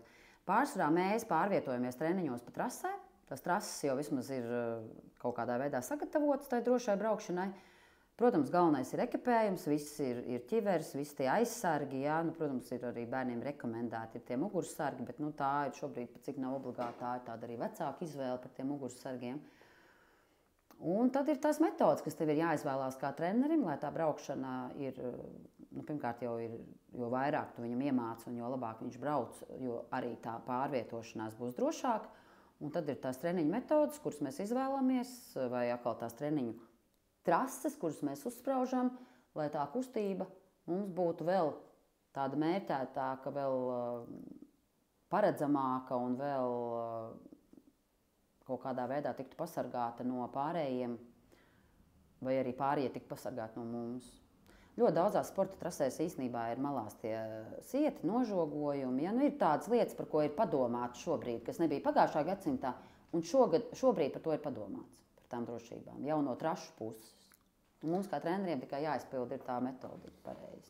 Jūs atceraties, kad jūs pirmo reizi uzvilkāt ķiveri, un kāds bija sajūts redzot, ka citi to nedara? Tā kā es jau teicu, ka es braucu tās ātrumdisciplīnas, tad man tā ķiveri bija jau tajā laikā, un viņa bija kaut kāda tāda auto, kaut kāda vispār. Domāju, man tēvs no garažas viņa bija izvilcis kaut kur, ja. Un viņa bija jāvelk un jāvelk, tās emocijas es neatceros. Un pēc tam es atceros, ka tajos jau, kad es jau sāku tā labāk kaut ko darīt, un kad jau vecāki sāka to inventāru iepirkt no kaut kādām tām citām, kur vien varēja atrast, ja, tur no kaut kādām komandām Krievijas, tad man savukārt tā ķiveri bija tramplīnlaicēja ķiveri, ja, ar tiem tādiem atvērumiem ausu daļām. To es tā ļoti spilgti atceros, es domāju, ka man viņa mājās vēl ir tā ķiveri. Un tajās ātrumdisciplīnās jau visi viņas vilka, tur nebija varianti, un savukārt tajos slalomos gigantos neviens viņu nevilka. Un tas arī līdz ar to bija, viss bija vienādi. Man tur nebija tādas sajūtas vai emocijas, kad man ir un citiem nav. Tā, kad man bērni sāk slēpot, protams, tad visiem bija ķiveres jau, paldies Dievam, pilnīgi visiem. Un šobrīd bez ķiveres sportists uz kalna nav iedomājams, nekādā gadījumā. Un tas jau ir pilnīgi arī cits nostādīts tāds faktors. Un, protams, ka ļoti jauki arī, kad visi tie, kas nav sportisti, kā mēs sakām vienā vārdā turisti, kad arī viņi slēpo ar tām ķiverēm. Jo tā jau ir viņa tā drošība un tā ir arī mūsu tā drošība. Jo drošāk un pasargātāk būs visi cilvēki uz kalna, jo tas sportists arī būs pasargātāks. Tagad jau tās ķiveres ir arī pietiekoši smukas, ērtas. Smukums ir svarīgs? Es domāju, ka turistiem noteikti. Bet īstenībā arī sportistiem patīk, kad viņiem ir smuka tā ķiverīte. Un viņiem patīk, kad viņiem ir tāds saskaņots tas viss, tas tērps. Jā, varbūt arī, ka ķiverē tiešām ir jābūt smukai. Jā, ķiverē jā. Vēl viena tēma, nav varbūt pats svarīgākā, bet varbūt arī nav maz svarīga. Tāda par pašu inventāru. Vai jūs atceraties jūsu pirmo inventāru? Kaut kādas spilgtas emocijas ar pirmo reizi, kad ir kārtīgs inventārs. Tāds, ko tagad var braukt riktīgi un rādīt klasi. Sākumā jau bija visi tie spolsporti un viss tās slēps. Tā kā man nav baigas spilgtas emocijas palikušas tieši tādā sakarā. Bet tad es atceros, jā, ka kaut kur, manuprāt, Ukrainā varbūt sāka ražot kaut kādas mladošas slēpes. Un, tur bija kaut kāds droši vien, es nezinu, kaut kādas iestrādnes kaut kur nošpikots no kaut kādām citas valsts un citu slēpēm, bet tā Ukraina ražo tos mladošas, un tās mladošas slēpes mums arī tika atvestas kaut kādā izlases tajā sakarā arī iedotas katram. Viņas nebija braucamas nemaz. Un lai arī cik mēs nebijām izvēlīgi ar to inventāru, nekādā gadījumā. Kas bija ar to brauca, vispār ko deva to vilka mugurā, un tas jau arī ir vesels stāsts par visu to apģērbu un inventāru tā laika. Bet ar tiem ladušķiem mēs pabraukt nevarējām. Tur nebija varianti. Un es pat atceros tādu dzejolīti no tiem laikiem. Если хочешь сделать гадость, подари мне лыжи младости. Un tas bija precīzi par tām slēpēm. Un, tu tur varēja būt arī izcils slēpotājs, bet ar tām slēpēm vienkārši pabraukt nevarēja. Bet jābrauc bija. Un es atceros tās emocijas, jā, ka tev ir jābrauc, bet tu nevari. Un nevis, ka tu nevari, bet tā slēpe vienkārši to nedara. Un tad tur, protams, ka bija atkal vecāki visi, kas bija pieslēgušies un kaut kādā veidā bija atraduši un sameklējuši un atveduši. Un tad man bija, es atceros, slēpes tādas folku. Pilnīgi tādas vienkrāsainas. Es domāju, viņas sākumā bija baltas, bet kamēr tur līdz manījiem viņas nonāca un kamēr es ar viņām braucu, viņas jau bija kļuvušas tādas dzeltenīgas. Un viens uzraksts viņām bija folku. Bet tās man ļoti patika. Un man vispār ar viņām arī labi gāja. Un tad man tām slēpēm tur priekšā kaut kur bija tādā, pat cik viņas bija baltas un tur bija vieta, kur izpausties, tad tur man bija rakstīts, tās vietas uzrakstīts, kuras ar viņām es biju nopelnījusi tajās sacensībās, kas tādas labākas bija. Ja? Tā kā tās slēpes kļuva vēl labākas līdz ar to manu braukšanu. Tādas es vēl atceros emocijas. Un tad es atceros tās ļoti spilgti, tās savas nobraucienas slēpes, ko es jau teicu, 2,23 m, melnas dinastāri bija. Viņas bija pilnīgi melnas, pilnīgi taisnas, un uz viņām ar baltiem burtiem bija rakstīts tas dinastāri. Ar tām slēpēm pirms tam bija braukuši pilnīgi visi, kas vispār bija braukuši to nobraucienu dzīvē. Ja tām slēpēm jau arī nekas slikts no tā nenotika. Un tad es arī biju tā, kas ar viņām braucu, un es vēl vienmēr piedomāju īstenībā pie tā, ka man bērni, protams, izcili kalnu slēpotāji, bet nekad viņi nav braukuši ar tik garām slēpēm. Nekad. Jo viņiem savukārt tās viņu nobraucienu slēpes garākās, kas bija 2,18 m. Un man tajā laikā bija tās 2,23 m. Tās es atceros vēl. Tad es atceros, kad jau kaut kāds 80. gadu beigas, man liekas, bija un kaut kādā freestyle izlase bija mūsu Latvijas freestylisti, tur Dans Jansons ar kompāniju bija uzaicināti piedalīties PSRS izlases kaut kādos tajos koptreniņos. Un tad viņiem bija piešķirts kaut kāds tāds inventārs spalding slēpes, spalding. Ļoti labi atceros, viņas man vēl ir mājās vēl joprojām. Un tad toreiz es no viņa dabūju tās spalding slēpes, 1,95 m garas viņas bija, slaloma. Tas jau nebija karvings, tās bija taisnās tādas slēpes, un tad es ar viņām īstenībā iemācījos griezt pareizi. Es ar viņām iemācījos tos griezienus taisīt. Jā, tāpēc man viņas ļoti spilgti atmiņā palikušas. Es ar viņām arī braucu, īstenībā ar viņām es arī izbraucu to, kas tajā laikā, tajā pagājušā gadsimtā bija svarīgi, tās sportmeistari, tie visi tie nosaukumi, es tiku līdz sportmeistaru kandidātam tajā brīdī ar tām spalding slēpēm. Un tad es atceros, ka vienā reizītē kaut kādā treneris bija izdomājis, ka vajag tās slēpes uzasināt. Jo tā lieta jau arī nebija tāda tik populāra kā šobrīd. Ja? Kad es braucu un asinu, un arī, ja es nebraucu, es asinu. Ja? Un, protams, ka šobrīd bez tā vispār nav iedomājums, un tās karvings slēpes jau, man liekas, vispār arī tā, ka tik brīnišķīgi neiet bez asināšanas. Un šobrīd, protams, ka tas tā ir, bet tajā laikā, tad es atceros, ka tās spalding slēpes treneris gribēja asināt, un tad viņš viņas paņēma, un tā arī neuzasināja, bet viņš ilgi un dikti vēl izrunājās par tām slēpēm, un vispār nesaprata, kā es ar viņām braucu, un kā es vispār ar viņām varu pabraukt, un kas tās vispār par slēpēm, jo tad es tagad nezinu, vai tur tā kants bija kaut kāda savādāka, vai tur vēl kaut kāds cits stāsts bija par to, un tajā laikā es vispār nekad mūžā nebiju pieslēgusi smadzenes tai slēpju asināšanai. Šobrīd, protams, tas ir aktuāli, un puikas arī taisa tās slēpes, un mums arī sporta treniņā tas ir vajadzīgs, tas ir nepieciešams. Ja? Tajā laikā mēs laikam bez tā iztikām. Un tas tāds man emocijas par tām spaldingu slēpēm vēl tādas ir diezgan dzīves. Un pēc tam tā nākamā emocija man ir tā īstenībā attiecībā uz inventāru, kad pārgāja uz to karvingu inventāru. Un kad tad bija pilnīgi cits sajūts braucot. Negāja runa par to, ka viņš kļūtu tur, nezinu, kaut kāds krāsaināks, skaistāks, arī pieejamāks, nopērkams beigalos veikalā. Ja? Bet tieši braucot bija tās citas sajūtas. Vieglāks. Daudz vieglāk bija griezt, daudz vieglāk bija braukt, vispār daudz vieglāk bija par to visu tā kā domāt. Un tās, protams, kad arī bija spilgtas emocijas, bet tās jau bija jau šis gadu mija un šis gadsimts. Un šobrīd, jā, man slēpes vienmēr ir labi uzasināts. Jā, to man vienmēr puiši parūpējās mājās manējie. Un līdz ar to man vienmēr ir uz kalna ļoti laba sajūta šobrīd. Un tās arī ir foršas emocijas, kad tu vienmēr brauc ar labām slēpēm, ar sporta slēpēm, ar uzasinātām slēpēm. Un laiku pa laikam, reti, bet ir. Kad es arī pat iebraucu trasē vēl joprojām. Un tad, protams, kad es vienmēr arī tā labi jūtos, kad kāds pēc tam to ir pamanījis un saka, bija labi. Un, mēs vēl domājām no lejas, bērni saka, mēs vēl domājām, kas tur brauc. Trenerīt brauc, ja.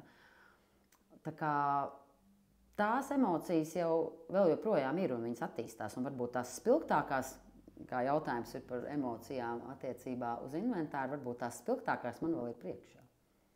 Jā, tātad inventārs, emocijas ļoti interesanti īstenībā stāstījāt, un man ir arī citā jomā, bet arī līdzīgi tieši par inventāru, bet tāda labi sagatavot inventāru nozīme. Kāpēc es to jautāju? Jo es atceros, kā man bija, kā es braucu ar mladustenēm, tad man bija polsportens, kas bija arī tā, un tad man uzdāvināja F6, un es sāku vinnēt izlases braucējus sacensībās. Ļoti spilgti atceros Cēsīs, Vāļu kalnā, vienkārši hops un aiziet visiem garām. Un tur, protams, bija slēpju paškvalitāte, bet arī sagatavošana. Teiksim, kā jūs to pieredzējāt un kā jūs to redzat šobrīd? Protams, ka slēpēm ir jābūt sagatavotām vienalga, vai mēs braucam uz lieliem kalniem vai uz Latvijas kalniem. Un šobrīd mums daudz brauc uz to Lietuvu, uz Snovarēnu, kur atkal ir cita slēpju sagatavošana vajadzīga. Bet pamatā ir jābūt tai slēpēji sakoptai, jo slīdvirsma neslīdēs, ja viņi nebūs regulāri kopti. Vienkārši tas brauciens jau nebūs pašam patīkams. Ja būs tā trastēta ledēnāk bez kantēm, iztikt nevarēs. Tā tad arī jābūt kantīm uzasinātām. Un tā ir arī tā drošība, par ko mēs jau pieskārāmies iepriekšējā jautājumā, ka tā ir viena no tām drošības lietām, kad sagatavots slēpes nodrošina drošāku braukšanu, jo tu pats būsi kontrolētāks uz kalna, un līdz ar to tu neapdraudēsi citus. Un tā ir arī tāda lieta, kā mēs varam savu braucienu padarīt ne tikai drošāku, kvalitatīvāku, ātrāku. Un, ja mēs runājam par sacensībām un par sporta braukšanu, tad, ja vienam būs sataisīts slēpes, otram nē, tad tur jau būs handikaps. Neskatoties uz to, kāda ir tehnika, labāka vai sliktāka, vai vēl kaut kādas prasmes, vai vēl ir kaut kāda pieredze, vai tas pats talants. Bet liela loma nospēlēs, ja nebūs sagatavots slēpes. Un es saprotu, ka arī tas slēpju sagatavošanas servis šobrīd paliek aizvien pieejamāks. Ir ļoti daudz, kas piedāvā šo slēpju servisu un ļoti labu servisu. Un tās ir tās pamatlietas, kas arī servisā tad ir jāsagatavo. Ir tās kantas jāuzasina un ir slīdvirsma jāapstrādā regulāri ar vasku. Tās ir tās pamatlietas. Ko jūs esat pieredzējusi, braukājot pa daudzām sacensībām kopā ar ģimeni tieši slēpju sagatavošanas jomā? Es pieņemu, ka tur pro komandām tur arī 10-20 cilvēks nodarbojas tikai ar to, kā jūs to risinājāt un cik tālu jūs esat tikuši. Mēs, protams, ka paši ļoti daudz ko meklējām, atradām, mēģinājām. Ļoti daudz sākumā mans vīrs taisīja bērniem slēpes, un tad jau viņi paši pieslēdzās. Un tas noteikti tas stāsts, kas bija arī vecākajam dēlam tajā pasaules kausa visā sistēmā ejot cauri, kad viņš pats vienmēr sev asināja slēpes, jo papildus slēpju taisīšanas servis ir dārgs servis. Un ja tu tā, ka gribi, lai to dara kāds profesionāls, tad tas ir ļoti dārgi, un mums nekad tik daudz finansējumu nebija, lai kaut ko tādu varētu atļauties. Un Kristaps vienmēr taisīja pats sev slēpes, un kā viņš uztaisīja, tā viņš arī brauca. Un viņš īstenībā bija ļoti daudz dažādas variantus izmēģinājis un mācījies turpat tajās slēpju istabās no citiem tiem servismeņiem. Ļoti daudz lietas, tā skaitā, piemēram, ir tāda nianse, kad vienā brīdī ir tā slēpju gatavošanas mašīnīte, kas tās kantas asina, jāsaka pati, kur nav ar roku tas jādara. Un tad vienā brīdī Kristaps atklāja, ka pasaules kausā un tādās ļoti specifiskās trasēs īstenībā labāk ir braukt ar roku asinātām kantēm. Un tad viņš pārgāja atpakaļ no tās mašīnītes, ar ko viņš jau bija vairākus gadus asinājis slēpes, uz to rokas asināšanu. Un arī tāda pieredze viņam bija, kad viņš pēc tam asināja roku, un viņam tiešām arī labi turēja tās kantas, jo pasaules kausos jau tās trases ir ļoti ledēnas, un tas ir vispār cits stāsts un cits līmenis, un vispār cita tēma. Un savukārt, tad, kad Miks tagad arī pasaules kausos startēja un visās pārējās augsta līmeņa sacensībās, viņam bija tā ļoti unikālā iespēja, un viņš par šo slēpju servismeni uz 2 gadiem bija sarunājis un vadāja līdz brāli Dāvi. Un Dāvim līdz ar to ir šobrīd pilnīgi unikāla pieredze, visā Latvijā unikāla pieredze, jo viņš ir 2 gadus bijis servismenis pasaules kausa braucējiem. Un viņš ir 2 gadus apgrozījies tajās servisa istabās, kurās gatavo tās milzīgi lielās komandas, kur tieši tā, ka tur šveicietim ir 20 cilvēku tā apkalpojošā komanda, kas viņam ir gan šoferi, gan ēstvārītāji, gan treneri, gan nietu nesēji, gan slēpju taisītāji. Un tad turpat blakus ir Miks, kuram slēpju taisītājs un nietu nesējs un atbalsta personāls vienā vārdā un vienā personā ir brālis Dāvis. Bet tā viņiem arī bija unikāla pieredze. Un par to, protams, ir atkal unikāls stāsts. Un par to viņi kādreiz stāstīs podkāstos un rakstīs grāmatu un stāstīs saviem audzēkņiem. Un līdz ar to Dāvim šobrīd ir tā 2 gadu pieredze tajās Eiropas lielākajās, glaunākajās, krutākajās slēpju istabās.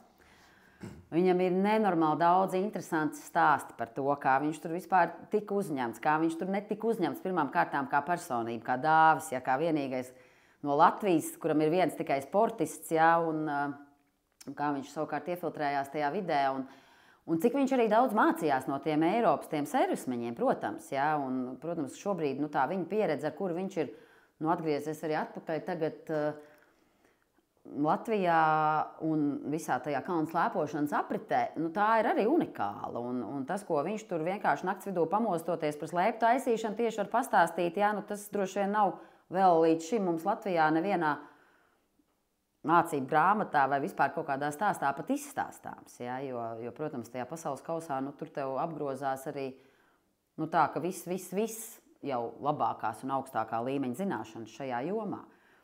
Tā kā viņš arī mums ir atvedis pāris tādus knifus no turienes, un, protams, ka pie katras iespējas viņš dalās ar šo savu informāciju un vada visādas arī tādas meistarklases un nodarbības un semināru nodarbības tiem, kas arī vēlās iemācīties gatavot slēpes kaut vai paši sev, kaut vai tieši tā priekš riekstu kalnu, lai tās slēpes būtu sagatavotas un lai tas arī būtu baudāmi.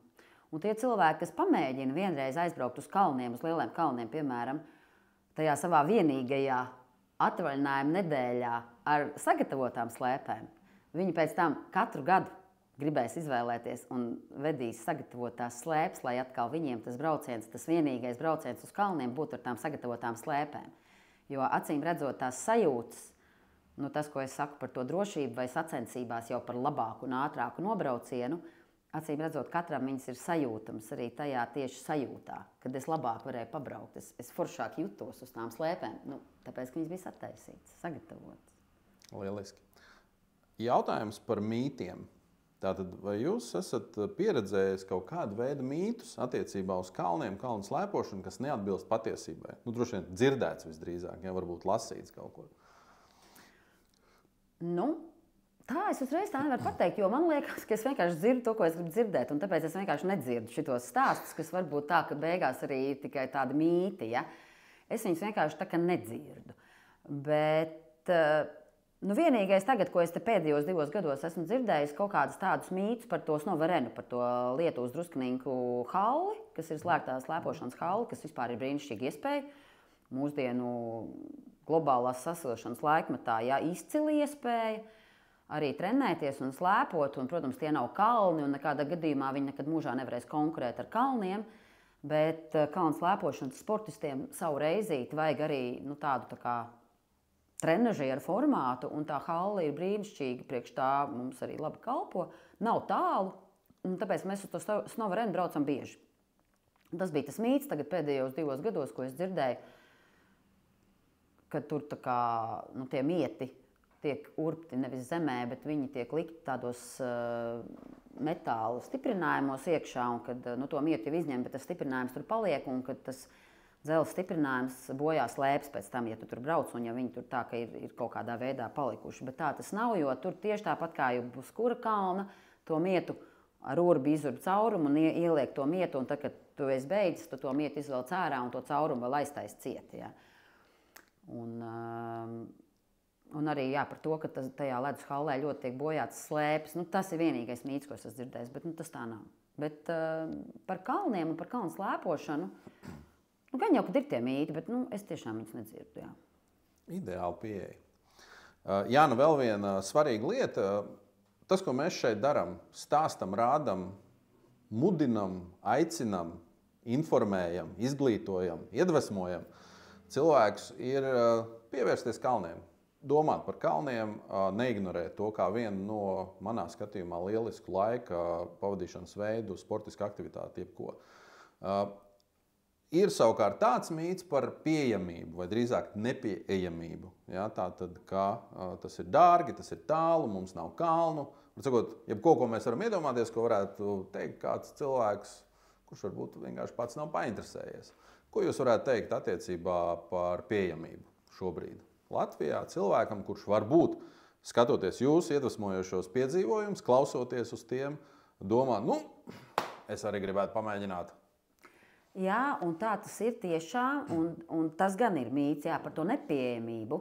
Un mums ir ļoti daudz vecāki, kas nāk klāt mums, tā kā redz mūsu tajā treniņu procesā, piemēram, darbojoties ar bērniem.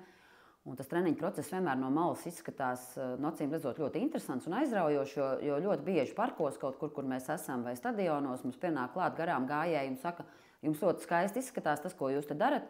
Vai uz skrituļslidām tajā brīdī, vai uz riteņa, vai tāpat kādas sporta spēles, vai kādi vingrinājumi. Un mēs arī gribētu pamēģināt. Un tad es vienmēr saku, jā, mēs vispār arī uzņemam sev jaunus audzēkņus vienmēr. Mums nekad nav tā, ka mums uzņemšana ir beigusies un vietas ir pilnas. Es saku, bet es uzreiz gribu teikt, ka mēs esam kalnu slēpošanas sporta klubs. Un tad, kad atnāk ziema, mēs slēpojam, un vasarā, protams, mēs gaidām ziemu un darām visu kaut ko citu. Un tad uzreiz momentā ir šis, kalnu slēpošanu mēs gan nevaram ne izdomāt, ne izbraukāt, ne izvadāt, ne samaksāt.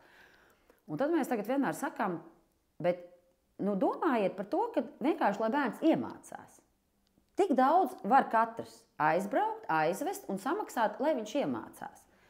Protams, ka pēc tam es saprotu, iemācīsies, ar to pietiks.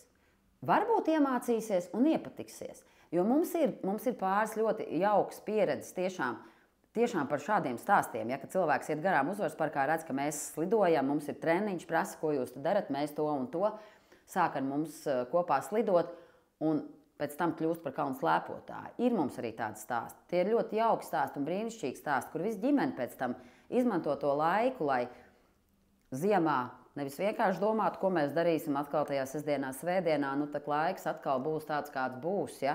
Bet brauc uz kalnu, lai vai kāds ir laiks, bērni būs nodarbināti, vecāki var iet staigāt, kad vēl tāda iespēja izmantot to ziemas laikapstākļus kopīgām kaut kādām brīvā laika ārā aktivitātēm. Ļoti grūti jau ir ar ģimeni tādās ziemas brīvdienās, mums jau arī pēdējā laikā tā ziema nav tā ziema ar to balto sniegu, viņi jau ir ar to kaut kādu, sniegputeni pie veiksmes, ja, citreiz arī varbūt ar tikko beigušu lietu. Un grūti jau ir piespiest sev motivēt, izbraukt ārā. Var ir visādas lietas, ko var darīt iekšā beig galos, un arī ir brīnišķīgs iet uz kino, vai uz bowlingu, vai uz muzeju, vai uz teātri, vai uz koncertu, ja. Bet tu pazaudē to gadu laiku. Tu viņu pat neesi ieraudzījis.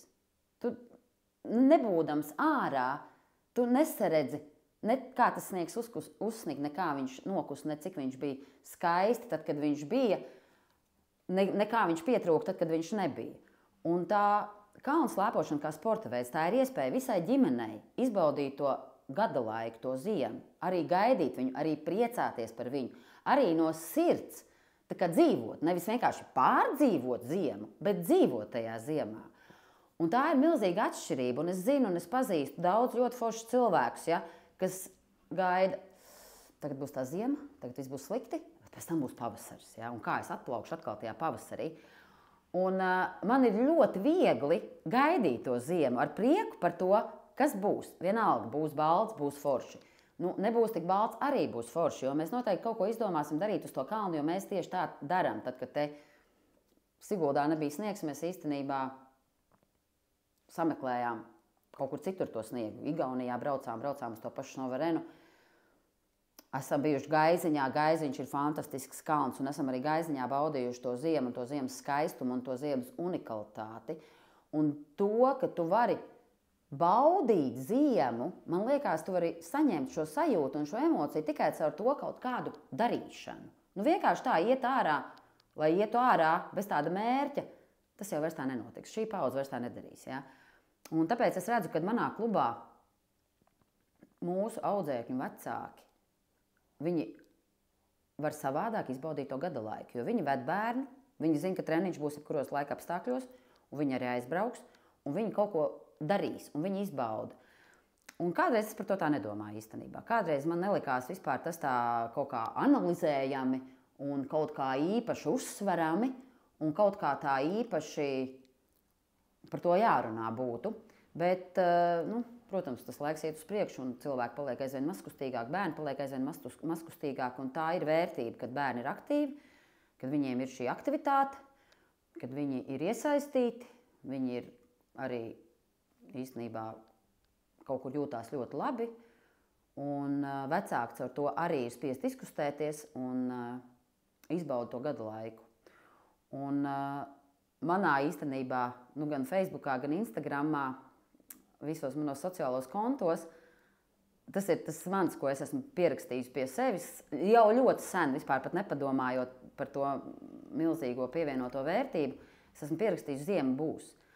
Un tas uzrakstīns pie man vārdu uzvārdu, viņš ir gan ziemā, gan vasarā, gan visur iespējamos veidos. Un tikai daudzus gadus vēlāk es īstenībā sapratu, ka tas ne tikai tāds divu vārdu kombinācija pie man vārdu uzvārda, bet tā ir arī tā filozofija. Un arī tā ir tā ļoti, man liekas, tā harmoniskā tāda iespēja, kā tu vari tā filozofiski īstenībā domāt par kaut ko tādu foršu un par to, ka tas būs vienmēr. Un arī vasarā īstenībā. Nu, ja es kaut ko tādu padomāju, es vienmēr domāju, bet ziema tak būs. Un tagad mēs tikko bijām arī tajā ledus hallē pagājušajā nedēļā un bērnu brīvlaikā un slēpojām un darbojāmies. Un tas treniņu process jau brīžiem nav viegls. Ja viņš jau brīžiem ir arī fizisks, protams, un arī psiholoģiski nogurdinošs. Un tad es laikam par to arī piedomāju, bet ziema būs. Un mēs jau daudzas lietas, ja mēs darām ar tādu tik ļoti tālējošu varbūt mērķi, kad ziema būs, tad tas kaut kā, man liekas, tevi pašu tā ļoti mani harmonizē. Man ļoti labi tā parāda vispār kaut kādas tādas lietas, kad vienmēr būs kaut kas foršs priekšā. Un tu nekad nezaudē to vispār savu kaut kādu to, nezinu, vēlmi iet un darīt. Un varbūt tieši ar tādu sajūtu, ka mēs gaidām to ziemu. Tā kā es saku citreiz, mums ir tikai 2 gadu laiki, ja? Mums sportklubā virsotne tikai 2 gadu laiki ziema, un tas laiks, kad mēs gaidām ziemu. Un ja tu dzīvo visu laiku ar to ziemu sev priekšā, bet ar to ļoti pozitīvo domu par to ziemu, kas būs, un tādā filozofiskā līmenī arī par to vasaru tikpat ļoti priecājies, tu vienkārši pierodi iet, darīt un priecāties par to, kas būs, un priecāties par to, ko tu dari. Un es citreiz saku, ir jau moderni vispār šobrīd teikt, šeit un tagad ir jādzīvo, šeit un tagad ir jādomā. Nu, nevienmēr tu tā vari tik ļoti sakoncentrēties tam šeit un tagad, bet tu esi atradis kaut ko savu. Tu esi atradis to savu sporta veidu, kas tev aizrauj. Tu esi atradis to savu sporta klubu, kas tev ir interesanti, kur tu esi pieskaitīts, kur tu esi vispār tā kā, kur tu labi jūties, ja, to cilvēku kopu tu esi atradis. Tu esi atradis to savu darbu, kas tev aizrauja, ja. Un tu esi atradis to gadu laiku, kas tev uzrunā. Un tad tev nav jādomā, es dzīvoju šeit un tagad. Vienkārši dzīvo, vienkārši baudi. Lieliski, Jana. Šeit un tagad, jā, tātad ziema būs. Tas ir tas, ko mēs arī vienmēr Snieglubā esam teikuši. Sezona īstenībā nekad nebeidzās, jā, jo kaut kur pasaulē vienmēr ir sniegs, vai tas ir Snowvarēnā, vai Argentīnā, vai Jaunzēlandē, vai Čīlē, vai Eiropā. Tā kā sniegu vienmēr var atrast. Es gribu teikt lielu paldies par šo iedvesmojošo, tiešām aizraujošo sarunu. Jā, paldies, ka jums bija laiks atnākt, un paldies visu par to, ko jūs izstāstījāt.